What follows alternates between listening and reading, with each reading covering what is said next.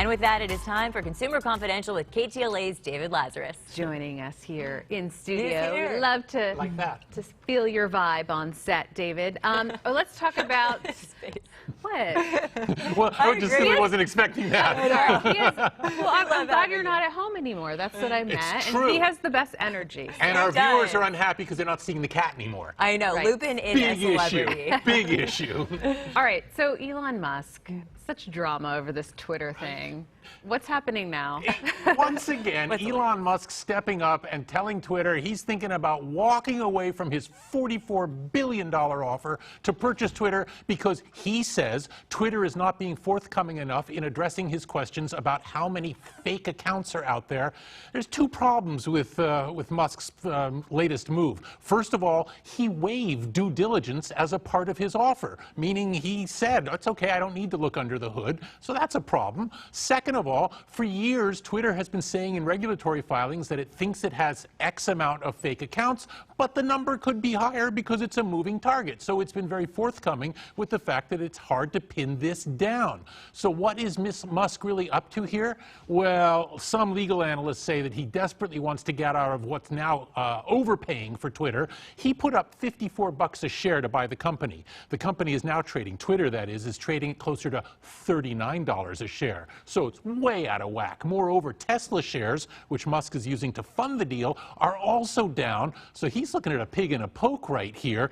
Now, he's already got a $1 billion breakup fee as a part of this, but also he could be facing breach of contract lawsuits if he walks away. So analysts think that what he's trying to do here is threaten Twitter with the prospect of years of costly litigation unless they decide to settle this thing for an amount less than what he might have to pay if he was hit with a breach of contract lawsuit. That seems to be the play right here.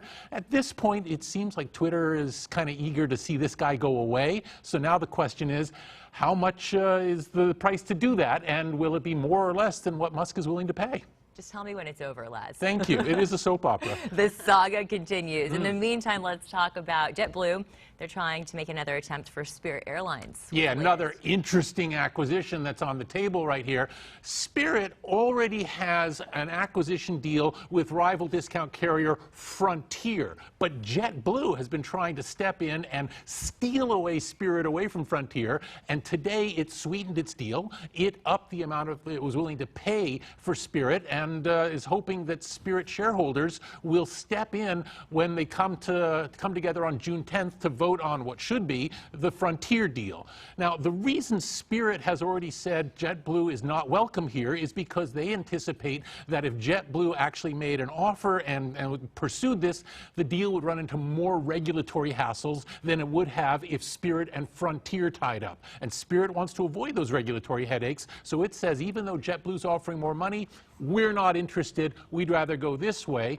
JetBlue keeps trying to push forward with this deal. At the moment, it's a hostile takeover. It'll be interesting to see what Spirit shareholders will do, whether they like the idea of more cash in hand or avoiding all those regulatory hassles that could be on the horizon.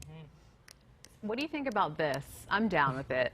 A 4-day work week. We've talked about this before, but now a test of it is underway. Dude, what's not to like? I know, it's right? a 4-day work week, for goodness sakes. The reason it's back in the news is because as of today, Britain has launched the largest test to date of a 4-day work week. We've seen smaller tests before at some U.S. companies and in Iceland, where they did it in 2015 and 2019.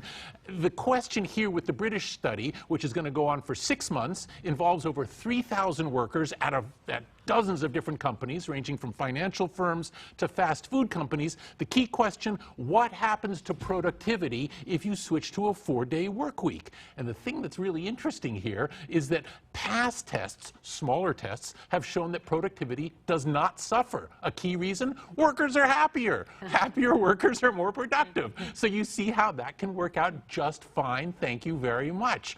Would it be embraced by U.S. employers? That's interesting to ask, because right now they're having trouble filling all the openings that they have. So they need to sweeten that deal. Moreover, American workers have grown very accustomed to the freedom and flexibility of pandemic remote work. So there's been more of a push for this. And in just a few minutes at KTLA.com, I will post what I think U.S. employers have to say about this and what they might offer instead. Ooh, let's commentary. rally for it. Ooh. Do you And we're think? glad we have you exclusively with KTLA. Yeah, Thank you. that's Good right. vibes and Matt all. earlier. Yeah, here I am. All right. Do you really think, I'm curious, do you think it is a possibility in the future for real? 4-day work week? Yeah. I do. But under terms that everybody might not like. I bet they Yeah. ditch the benefits and all that stuff. I'll tell you what. Go to our website in a few minutes. Okay. Thanks, Laz, Laz. thank you.